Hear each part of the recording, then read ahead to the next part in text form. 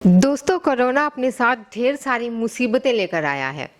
ना सिर्फ लोगों की जान पर बन रही है, जो लोग घरों में रह रहे हैं उन लोगों को चिड़चिड़ापन, नींद नहीं आना, पैनिक अटैक, एक अजीब सा डर भी सताता रहता है।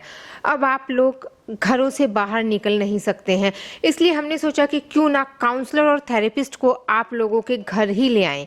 आज हमारे साथ हैं काउंसलर और therapist doctor Pramila Batra. Doctor, सबसे पहले तो हम आपसे यही जानना चाहेंगे कि कोरोना के चलते लोगों को पैनिक अटैक बढ़ रहे हैं, कुछ लोगों को ये डर सता रहा है कि हमें कहीं कोरोना ना हो जाए, लोगों को नींद नहीं आ रही, चिड़चिड़े हो रहे हैं, ये सब चीज़ें क्यों हो रही हैं और क्या आपके पास भी ऐसे केसेस आ रहे हैं? हाँ, मेरे पास भी बिल्कुल इस तरीके के कई केसेस जो हैं वो आ जाते हैं। और यहाँ मैं आपको थोड़ा सा बताना चाहूँगी कि फ़ियर और एंग्जाइटी में कुछ फ़र्क होता है।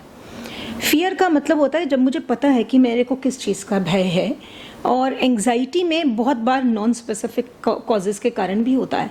तो जो पहली बात आपने कही कि फ़ियर, वो भय लोगों को कि कहीं मुझे कोरोना ना हो जाए, ये एक बड़ी सामान्य सी प्रॉब्लम है जो बहुत लोगों को इस समय पर है। लेकिन हम मनोवैज्ञानिक होने के नाते अभी लास्ट ईयर ही एक किताब पब्लिश हुई है साइकोलॉजी ऑफ पैंडेमिक्स के ऊपर में, स्टीवन टेलर ने उसको लिखा है। उन्होंने ये सब प्रेडिक्ट किया था कि यदि अब दोबारा पैंडेमिक होगा तो ये समस्याएं तो हमें आएंगी ही आएंगी, जैसे लोगों का सामान को इकट्ठा कर लेना, इस डर के मारे चिंताएं होना, ये सब, या कंपल्शंस हो जाना, या नींद ना आना, चिड़चिड़ापन, ये सब सामान्य चीज़ें हैं। तो पहली बात तो मैं चाहती हूँ कि हमारे जितने व्यूअर्स हैं वो इस बात को समझें कि वो इस बात से डरे नहीं कि उन्हें भय लग रहा है, क्योंकि ये उनकी हालत नहीं है, ये तकरीबन सभी की हालत है। फर्क सिर्फ क्या होता है कि कोई फियर रिकग्नाइज्ड है, कोई अनरिकग्नाइज्ड फियर है। रिकग्नाइज्ड मतलब मुझे पता चल रहा है, जब मेरे को अनरिकग्नाइज्ड होता है या मुझे जब पता चलता तो मैं हैंडल ही कर लेती हूँ, अपना ध्यान इधर कर दिया उधर कर दिया। लेकिन जब मुझे पता नहीं चलता, वो अनरिकग्नाइज्ड जो फियर मेरा होता है वो मेरे अंदर बहुत ज़्यादा एंग्जाइटी पैदा करता है देन द रिकग्नाइज्ड वन। और लोगों को पता ही नहीं चलता, किसी की सांस तेज चलने लगती है, किसी को गर्दन में स्टिफनेस होने लगती है। कभी शायद मेरे व्यूअर्स में याद करेंगे तो महसूस किया, यूं फील होता है उन्हें बिना किसी वजह से कि जैसे दांत अभी भिंचे हुए थे, या टांगें खींची हुई थी, या कई बार हार्ट जो है वो रेस कर रहा है। नींद की बात आपने कही ही है। ये सारी जो हैं ये फियर के कारण से पैदा हुई एंग्जाइटीज़ ही होती हैं, जिनको हमें हैंडल करना आना चाहिए। तो उसका जो समाधान है वो साइको एजुकेशन में है कि हम इसको अच्छी तरह से पढ़ लें कि ये कोरोना है क्या। मैंने फॉर एग्जांपल मैंने अभी थोड़े दिन पहले एक वीडियो बनाया, यूट्यूब पे डाला, तो मैंने उसमें इस तरह की साइको एजुकेशन का पोर्शन भी डाला है कि अच्छा कितने % लोगों को होता है। तो हमारा जो एजुकेशन है वो यदि सही होगा, रैशनल होगा, वैज्ञानिक तर्क पर आधारित होगा, तो ये हम भय से बड़ी आसानी से मुक्त हो जाएंगे। तो डॉक्टर साहब, जो too much information about Covid है, क्या वो भी कहीं ना कहीं लोगों को पैनिक कर रही है? हाँ बिल्कुल। टू मच ऑफ इन्फॉर्मेशन क्यों पैनिक करती है? देखो उसकी क्या वजह है। हम बात कर रहे हैं COVID COVID COVID, as if I watch COVID on TV, I listen COVID, I see COVID, I live COVID, as if I eat also COVID. कुछ और है ही नहीं, है ना। अच्छा, एक बड़ा बड़ा सिंपल से लफ्जों में मैं आपको कहती हूँ, जिस बात को आप सारा दिन सुनते हो, रात को सोते हो, तो आपके दिमाग में कौन सा ख्याल आता है? वही सब होता है ना जो हमने दिन में किया हुआ होता है। तो आप सारा दिन जब वही सुनोगे तो ऑटोमेटिकली आपको उसका थॉट आएगा। सेकंड थिंग इज, जब कोविड के बारे में, बुरा मत मानिएगा, मीडिया पर्सन हैं आप, मैं थोड़ी सी बोल्ड स्टेटमेंट दे रही हूँ, मीडिया पर्सन्स का प्रेजेंटेशन बहुत इंपॉर्टेंट होता है। तो जब वो बात ही सारा दिन ये कर रहे हैं कि इतने सारे लोग मर गए, प्रतिदिन इतने दर से, कल से भी ज़्यादा, आज तो 24 घंटे में बढ़ गए, तो उन सब चीज़ों को सुन करके नेगेटिविटी आ रही है ना। तो जब हम इतने नेगेटिव होते हैं तो हमारे स्ट्रेस हार्मोन्स रिलीज होते हैं, जैसे कि कॉर्टिजोल। एक तो माहौल ऐसा जी, कुछ तो समस्या का समय, ऊपर से जब सारा दिन मैं टीवी पे भी यही सुनती हूँ, घर से बाहर निकलने लगती हूँ तो मुझे कोई रोक देता है कि तूने मास्क पहना है, जूता बाहर उतार कर आना, वगैरह वगैरह, सो मेनी थिंग्स। अभी आइयो, हाथ धोए, जाना नहीं है, मेड को क्यों बुलाया है, जैसे मर्जी काम कर लो, 110 थिंग्स। आप सब भी अवेयर हैं इन चीज़ों के, तो ऑटोमेटिकली नेगेटिविटी क्रिएट होगी ना। तो स्ट्रेस क्यों नहीं होगा? अभी आपने चिड़चिड़ापन और झल्लाहट की बात की थी, कैसे नहीं होगा? वो एंगर भी बढ़ेगा ही बढ़ेगा। क्योंकि लगातार मेरे शरीर के अंदर भी, यहाँ सिर्फ मानसिक अवस्था खराब नहीं है, मेरे शरीर के अंदर भी cortisol and other stress hormones he release हो रहे हैं। मेरी एड्रिनल ग्लैंड्स ठीक से उस तरह से पॉजिटिवली काम कर ही नहीं पा रही हैं। तो ये एक बड़ी भारी वजह है कि too much of information is not too good for us. और आप बहुत अच्छा रोल प्ले कर सकते हैं उसमें। बच्चे भी बहुत ज़्यादा चिड़चिड़े हो रहे हैं क्योंकि लॉकडाउन है, बच्चे घर से बाहर नहीं जा सकते, अपने दोस्तों से नहीं मिल सकते। अगर मैं बात करूं, जैसे आपने बताया कि केसेस के बारे में, कुछ ऐसे स्टूडेंट्स हैं जिनका मेरे फेसबुक पेज पे मैसेज आया, वो बता रहे थे कि वो स्टूडेंट्स पहले से डिप्रेशन में हैं, घर पे वो अपना लाइव सेशन ले रहे हैं काउंसलिंग का, बट उन्होंने अपने पेरेंट्स को नहीं बताया कि हम डिप्रेशन में हैं। उनके मदर फादर को नहीं पता।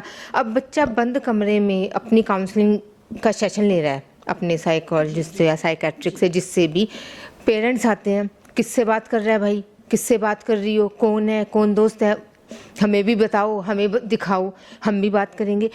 ऐसे में बच्चे और ज़्यादा इरिटेट हो रहे हैं। वो बच्चे बेचारे क्या करें, क्योंकि ना तो वो घर पे प्रॉब्लम बता सकते, क्योंकि शायद कुछ पेरेंट्स ऐसे भी होते हैं जो समझ ही नहीं पाते या वो यकीन करना चाहते ही नहीं है कि हमारा बच्चा डिप्रेशन में जा रहा है। तो ऐसे बच्चों के लिए क्या किया जाए? देखो, बहुत ही इम्पोर्टेंट बात आपने कही है, लेकिन समहाउ मुझे तो हमेशा ऐसी बच्चियों और बच्चों से एक प्रश्न हमेशा मैंने खड़ा किया है। ऐसे बहुत बच्चे आते हैं कि पेरेंट्स को कैसे बताएं। आप यकीन मानिए, माँ बाप से ज़्यादा इमोशनली ब्लैकमेल करना भी यदि मैं कह लूँ तो किसी को भी आसान नहीं है। They are the easiest ones. आप फ़ोन करके भी जाओगे ना तो आपके माँ बाप आपको पीटेंगे भी, मारेंगे भी, लेकिन बचाएंगे भी वही आपको। तो मैंने पहले भी आपको कहा कि हमने भागने की आदत डाल दी है। ये जो लड़ाई झगड़े बढ़ गए ना घरों में, ये भी इसी वजह से बढ़े हैं पूनम। हम अपनी समस्याओं से भागते हैं, हम उनको हैंडल करना नहीं सीखते। अगर मेरी माता या मेरे पिता मुझे ज़रूरत से ज़्यादा टोकते हैं तो मैं ये एटीट्यूड क्यों रखती हूँ कि they are giving me just too much of the instructions. मैं उनके साथ डिस्कस क्यों नहीं करती। और मेरे पास बेइंतहा बच्चे हैं जिन्हें मैं आपसे मिलवा सकती हूँ कि जिनको हमने थोड़ी सी ट्रेनिंग दी तो उन्होंने जब अपने घर में, माँ बाप छोड़िए, मैं तो आपको ऐसी लड़कियों से मिलवा सकती हूँ जो मेरी स्टूडेंट्स रहीं, अपनी सास के साथ भी उनकी ऐसी शेयरिंग और रिलेशनशिप बनी कि आप मतलब I am speechless about that, you know. they still talk to me about all those issues। तो ये हम एक गलत फहमी का शिकार हैं। बेसिकली ये बच्चों का सेल्फ एस्टीम लो होता है, और वो इतना लो होता है कि माँ बाप ने कुछ कह दिया या बाहर भी किसी ने कुछ कह दिया तो उसे बर्दाश्त नहीं कर पाते हैं। यहाँ बात पेशेंस की नहीं है। हम कहते हैं सहन शक्ति खत्म होगी, नहीं, सहन शक्ति नहीं खत्म हुई है हमारे बच्चों की। उनका सेल्फ एस्टीम इतना लो है, और वो लो इसलिए होता है क्योंकि हमारे माँ बाप ने बहुत कॉम्पिटिटिव ईरा में हम आ गए हैं। तो खैर, हम कोविड से भटक जाएंगे। ऐसे बच्चे जो हैं वो बहुत आसानी से शेयर कर सकते हैं अपने माँ बाप के साथ 3 बार 4 बार 5 बार। माँ बाप कुछ नहीं कहे, माँ बाप चिल्लाएंगे, लेकिन धीरे धीरे वो उस बात को समझेंगे। लेकिन उन लोगों का क्या जिनका ये लास्ट ईयर है अपनी स्टडी का, अपनी डिग्री का, उसके बाद उन्हें आगे जाकर जॉब भी करनी है, इंटर्नशिप भी करनी है, वो लोग जो इस वक्त पैनिक हो रहे हैं, ट्रोमा में आ रहे हैं, वो इससे बाहर कैसे निकले? देखिए, मैं बहुत छोटा सा संदेश उनको देना चाहती हूँ। क्या suppose there is a person called Ajay को ये स्ट्रेस है। मैं अजय से पूछती हूँ, अजय क्या तुम अकेले हो जिसकी इंटर्नशिप रह गई है? पूरे देश के अंदर सेम समय पर सेशन आरंभ होता है।